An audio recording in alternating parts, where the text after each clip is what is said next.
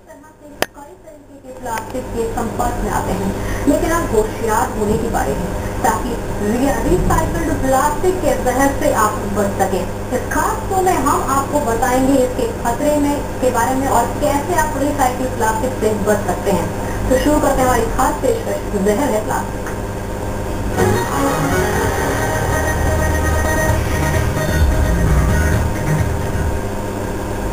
हमारे खास पेशकश में हमारे साथ हमारे विशेष मेहमान भी रहेंगे। प्रशांत रचनाकर जी हैं जो कि टॉक्सिक कूलिंग के सीनियर प्रोग्राम मैनेजर हैं, वो हमारे साथ रहेंगे। तमाम पहलू हमें बताएंगे कि कैसे आप बच सकते हैं। प्लास्टिक हमारे रोजमर्रा की जिंदगी का अहम हिस्सा बन चुका है।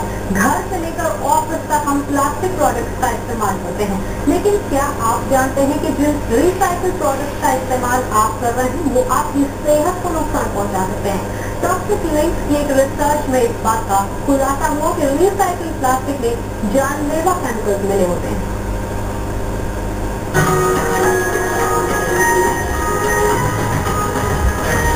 प्लास्टिक के बने सामान, ये चाहे वो घरेलू इस्तेमाल के हो या इलेक्ट्रॉनिक, ये सभी हमारी जिंदगी का अहम हिस्सा बन चुके हैं, लेकिन यही जरूरी चीज काफी खतरनाक भी है।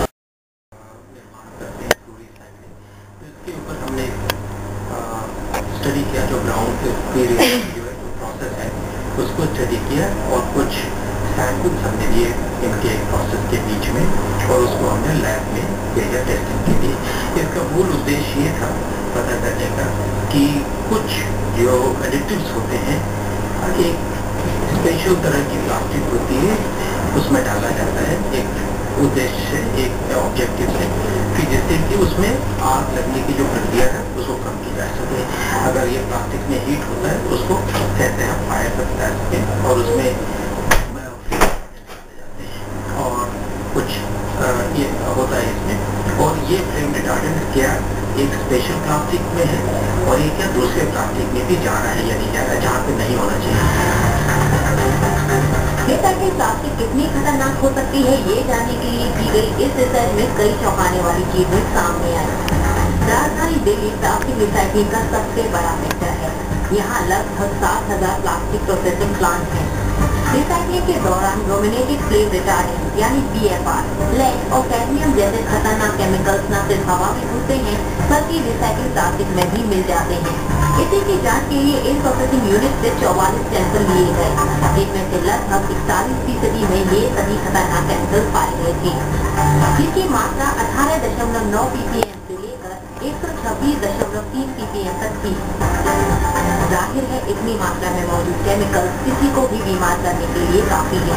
तो रिसाइकलिंग प्रोसेस है उसमें दोनों जो BFR लेटेंट प्लास्टिक और नॉन BFR प्लास्टिक वो दोनों मिल रहे हैं एक दूसरे से और इसके कारण हमें हर रोज प्लास्टिक का जो यूज आप बताना चाहेंगे।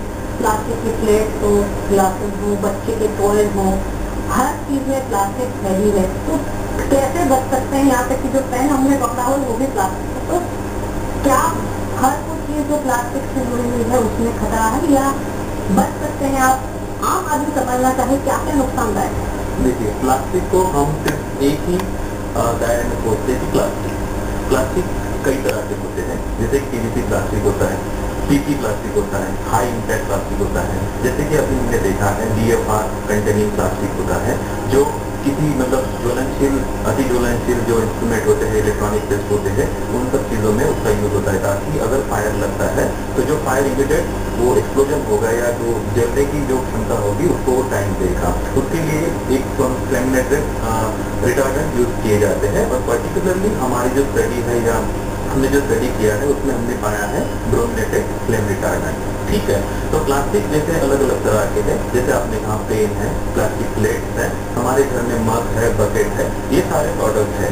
लेकिन अगर हम रिसाइकल्ड प्लास्टिक की बात कर रहे हैं तो उस केस में जो मेन प्लास्टिक का जो मटेरियल बना हुआ है, जो चीजें बनी हुई है, वो अगर वेस्ट होती है तो उसका फिर से प्रोडक्शन करने के लिए उसका इस्तेमाल किया जाता है। इस सब प्रोसेस को कहते हैं रिसाइकल्ड प्लास्टिक प्रोसेसिंग। ओके, उसके बाद जो हमारे पास प्रोडक्ट आते हैं वो हानिकारक इसलिए होते हैं, कुछ मात्रा में वो इसलिए हानिकारक होते हैं कि जैसे PVC में पॉलीविनाइल क्लोराइड, ये हानिकारक इसलिए है कि ये जो जब हाँ, मतलब सन के कांटेक्ट में आता है या हाई हीट के कांटेक्ट में आता है तो एक हेवी मेटल्स होता है एंटीमनी, वो रिलीज करता है। तो इस तरीके से लेड, कैडमियम या फिर फ्लोरिनेटेड फ्लेम रिटार्डेंट है, इस तरीके के हजारडस केमिकल जो है वो हवा में रिलीज होते हैं। अब हम लोग जब इस जगह पे है वहाँ पे अगर हम लोग सांस लेते हैं तो हमारी सांस के थ्रू वो हमारी बॉडी में जाते हैं, जिसके कारण हमें मतलब सेंट्रल नर्वस सिस्टम या हेड एक इस तरीके की बीमारी होती है। पर ये कौन से प्रोडक्ट हैं, क्या वो बन सकते हैं, पूरे बारे में हम दोबारा आपसे बात करेंगे। वक्त एक छोटे से ब्रेक है, हमारी खास पेशकश जारी रहेगी। ब्रेक के बाद आपको बताएंगे कौन से ऐसे सामान है जिनसे एक केमिकल का जहर की तरह घुल रही है, बल्कि इससे बने प्रोडक्ट लोगों की सेहत पर भी जानलेवा असर डाल रहे हैं। असल में गड़बड़ी पूरे प्रोसेस में है। प्लास्टिक रिसाइकलिंग के दौरान इलेक्ट्रॉनिक और आम प्लास्टिक दोनों को एक ही साथ रिसाइकिल किया जाता है, जिससे इलेक्ट्रॉनिक प्रोडक्ट में मौजूद BFR आम प्लास्टिक में भी मिल जाता है और साथ ही हवा में आसानी से घुल उसे प्रदूषित करता है। इस केमिकल की चपेट में सबसे पहले वो लोग आते हैं जो इन प्लास्टिक प्रोसेसिंग यूनिट में काम करते हैं। इसके साथ ही आसपास रहने वाले लोगों को भी सांस से जुड़ी कई बीमारियां हो सकती हैं, यहाँ तक कि इससे कैंसर तक होने की आशंका है। Because it is so loose, ये इसका लीचिंग या इसका इन्वायरमेंट में रिसाव होना बहुत आसान है और इसकी नॉन इम्पैक्ट से ह्यूमन हेल्थ के ऊपर ये कार्सिनोजेन है, ये बायो क्यूमुलेटिव है, some of them are bio cumulative effect. अगर हम इसको ठीक तरह से नहीं हैंडल करते हैं या हीटिंग इसकी इम्प्रॉपर होती है तो इससे टायक्सिन पैदा होता है, तो ये सब इसकी नॉन हेल्थ इम्पैक्ट है। अगर हम प्लास्टिक प्रोडक्ट जो भी रिसाइकलिंग में इनको हम अगर बर्न करते हैं और इसके साथ टॉक्सिक फ्यूम्स रिलीज होते हैं, टॉक्सिक फ्यूम्स जो रिलीज होते हैं ये एलर्जी, राइनाइटिस, खिलौने, प्लास्टिक की बोतल, प्लेट, ये तमाम वो चीजें हैं जो कि खतरनाक है। हर खिलौना या आप बता सकेंगे दर्शकों की कौन कौन सी चीजें हैं जिनसे आप बचे फिलहाल? देखिए, हमारे घर में हम लोग प्लास्टिक की चीजें हर रूम में इस्तेमाल करते हैं, चाहे वो आपका ड्राइंग रूम हो, बेडरूम हो, बाथरूम हो, किचन हो, सारी जगह पे यहाँ पे अलग अलग टाइप का प्लास्टिक हम लोग यूज करते हैं या फिर आप ये अलग अलग बर्तन यूज करते हैं। तो ये रिसाइकल प्रोडक्ट जो होते हैं, रिसाइकल प्लास्टिक होता है, उससे कई प्रोडक्ट जैसे बनते हैं, खिलौने हैं, जैसा प्लास्टिक प्लेट है या फिर जैसा आपका पॉलिथीन बनेगा या पेट बॉटल जिसको बोलते हैं, यही वो चीजें हैं जो हमें खतरा पैदा कर सकती है। अब कई चीजें हम लोग मार्केट में जाके 2 रुपए की, 5 रुपए की, 10 रुपए की चीज को ब्रांडेड है या नहीं है ये बिना देखे हुए हम लोग सीधा उठाते हैं और हमारे घर में लेके आते हैं। और इन सब चीज़ों को जब हम लोग देखते हैं, जब लैंडफिल में जाता है, जब वो कांटेक्ट में आता है मतलब हवा में या पानी के साथ या सूर्य के साथ, तो इन सब के कारण ये जो है ये हवा में मिल जाता है, पानी में मिल जाता है और ये हमारे पास ही आता है। तो रिसाइकल प्लास्टिक जब प्रोसेस होता है तो उसका कोई डिफाइन ये नहीं होता है कि इसका प्रोडक्ट क्या बनेगा। ये तो वो जो रिसाइकल है और जो प्रोडक्ट बनाने वाली इंडस्ट्री है वो डिसाइड करती है कि ये किस तरीके का पैलेट है और उस तरीके का वो प्रोडक्ट बनाते हैं, लेकिन हमारे घर में ये प्रोडक्ट जरूर है आते हैं। बस कैसे सकते हैं, क्या वो मापदंड है जो कि हर आदमी को जो बाजार में खरीदारी करने जाता है प्लास्टिक का ही कोई सामान लेना है, तो वो कैसे जाने कि इससे मुझे खतरा हो सकता है, नहीं हो सकता, क्या ये जानना संभव है? जी हाँ, कुछ लेवल तक वो संभव है, क्योंकि जैसे अगर टॉयज खरीदने जा रहे हैं तो टॉयज में जैसे कुछ मार्क लगा होगा, BIS मार्क लगा होगा या लेक्सिन मार्क लगा होगा, तो उसको आप खरीद सकते हैं अपने बच्चों के लिए। पेट बॉटल में जैसा कुछ बॉटल्स हैं या बॉटल के बारे में अगर कहे जाए तो उसमें नीचे साइड में एक ट्रायंगल बना होता है जिसको 1 to 7 मार्किंग होता है, उसमें से जैसे 3, 4, 5, 6 ये जो है अलग अलग, मतलब जितना नंबर ज्यादा है उतना उसका टॉक्सिन भी, उसका कंटेंट जो है वो ज्यादा है, उसके अकॉर्डिंगली जो दर्शक है या जो पर्सन है वो सिलेक्ट कर सकते हैं। और मतलब जैसे पॉलिथीन है, पॉलिथीन का BIS रूल बनाया है कि 40 माइक्रोन के नीचे जो पॉलिथीन है उसको यूज ना करें, तो दर्शक उस चीज को यूज कर सकते हैं जो पर्टिकुलरली बनी हुई है मार्केट में।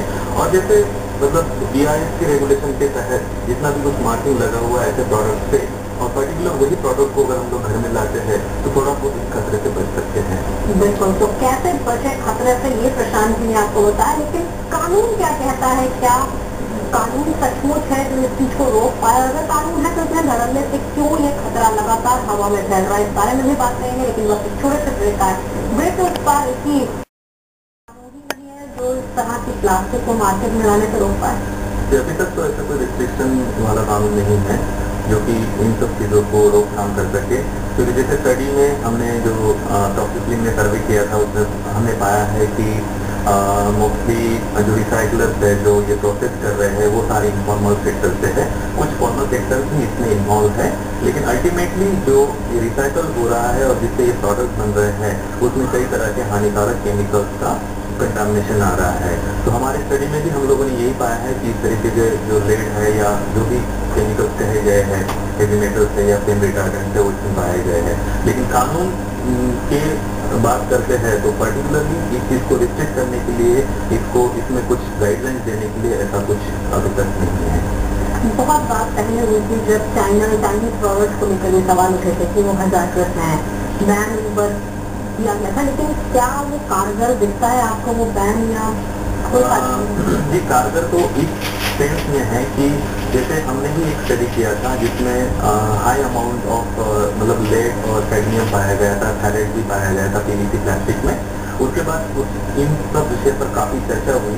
उसके बाद गवर्नमेंट ने जो है वो एक चीज़ ऐसे निकल आई उसमें से कि 3 इंस्टीट्यूट आइडेंटिफाई किए हैं इंडिया में इसकी स्टडी के लिए और इसको बैन करने के लिए, और हमारी जानकारी के अकॉर्डिंग वो इंस्टीट्यूट अभी इस प्रोसेस में है कि पूरे देश में से अलग अलग हिस्सों में से कुछ टॉय सैंपल वो लेके उसका स्टडी करेंगे, उसका फिर पूरा अवलोकन करेंगे, उसके बाद ही जो है जो रिजल्ट आएंगे उसके ऊपर वो कुछ एक्शन लेंगे। तो हाँ, फ्यूचर में ये संभावना है कि इसके लिए ज़रूर कुछ ठोस रूल्स या इस तरीके की रिस्ट्रिक्शन का आने की संभावना है। बिल्कुल, तो तमाम खतरे जो है वो जो रिसाइकिल प्लास्टिक है उसके लगातार फैलते जा रहे हैं। प्रशांत, एक आखिरी में जाते जाते हमारे दर्शकों के लिए एक बार फिर से अगर आप बता दें कौन सी ऐसी चीजें जिनसे वो बच सकते हैं और खुद को कैसे बचा सकते हैं? सबसे पहले तो प्लास्टिक उसको यूज ही नहीं करना चाहिए या फिर मिनिमम यूज करना चाहिए। हमारी आमतौर जो जिंदगी में है हम लोग सारी चीजें प्लास्टिक की किसी यूज एंड थ्रो का प्रैक्टिस हुआ है, घर में कूड़ा कचरा नहीं होना चाहिए, ये सारा हम लोग मानते हैं। बट सबसे पहले यही कहूँगा कि कम से कम प्लास्टिक यूज करें। जो भी प्लास्टिक लाते हैं घर में उसका सही से जो कूड़ादान है या जो कूड़े वाला है जो उसको जानकारी है उसके पास वो अपनी जो जिम्मेदारी बनती है उसके पास वो दे दे, और ताकि उसको पूरी तरह से उसका डिस्ट्रॉय या प्रोसेस हो रहा है या प्रोसेस में जा रहा है इसकी वो थोड़ी बहुत जानकारी रखे, ये आम आदमी की जिम्मेदारी है। कुछ प्रोडक्ट्स ऐसे हैं जिसमें BIS का या कुछ ऑथोरिटी का स्टैंडर्डाइजेशन मार्क होता है तो उसको वो घर में लाए। कुछ टॉयज है साथ ही प्रोडक्ट्स को ले तमाम जानकारी प्रशांत जी ने भी हमें दी और हमारी पूरी कोशिश रही कि हमारे इस खास पेशकश के जरिए हम आपको बता सकें कि प्लास्टिक का इस्तेमाल कितना खतरनाक आपके लिए हो सकता है, लेकिन बहुत ज़्यादा डरने की इसमें जरूरत नहीं है, क्योंकि प्रशांत जी ने आपको साथ साथ ये भी बताया कि आप 3 चीज़ों से बचें ताकि रोजमर्रा की जिंदगी में जो प्लास्टिक आप इस्तेमाल करें उसका नुकसान आपका कम से कम हो। पूरी उम्मीद है कि आपको पूरी जानकारी हम दे पाए हैं। हमारे खास पेशकश में फिलहाल इतना है, लेकिन खबरें भी बाकी हैं। आप देखते रहिए दिल्ली आज तक।